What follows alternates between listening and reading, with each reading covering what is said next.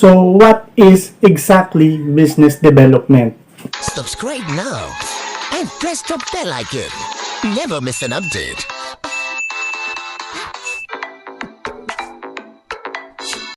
Yan ang aalamin natin ngayon dito sa video na to. Ako nga pala si Dan Sepcon at isa akong entrepreneur at dito sa video na to pag-uusapan natin kung ano ba talaga ang business development. Bago tayo magsimula, siguraduhin natin nakasubscribe ka na and paki-like na din and pa-click na din ang notification bell para lagi kang updated sa mga bagong video natin. So what is exactly business development? Depende yan kung ano yung industry na pinagtatrabahuan mo or kumpanya mo. Business development is the process of developing growth, opportunities, and relationship with other organization. May dalawa tayong klase, ito yung pinaka-main, with other organization.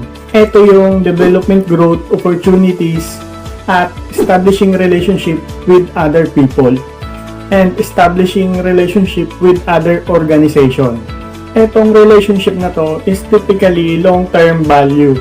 Kapag may binenta ka sa isang customer at nabentahan mo ito, makakapag-build ka ng relationship with your customer.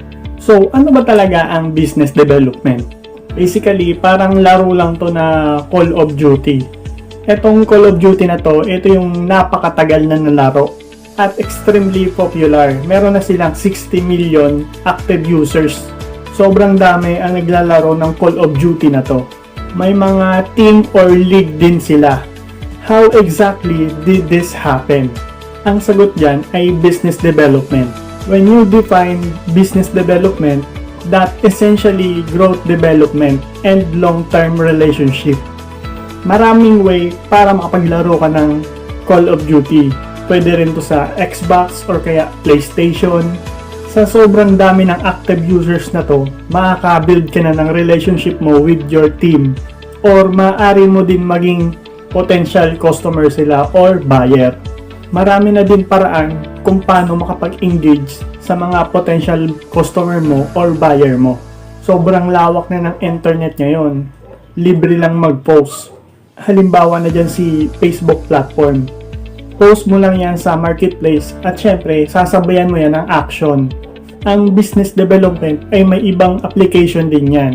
Tulad ng hotel, construction, finance, real estate, at kung ano pa. Every single industry does have a business development people.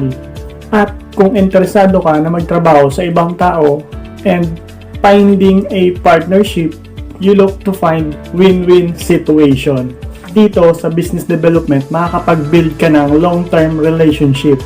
Yun lang mga kanegosyo, at kung nagustuhan mo tong video na to, pa-like na lang and pa-subscribe na din at i-click na din yung notification bell para lagi kang updated sa mga bagong video natin.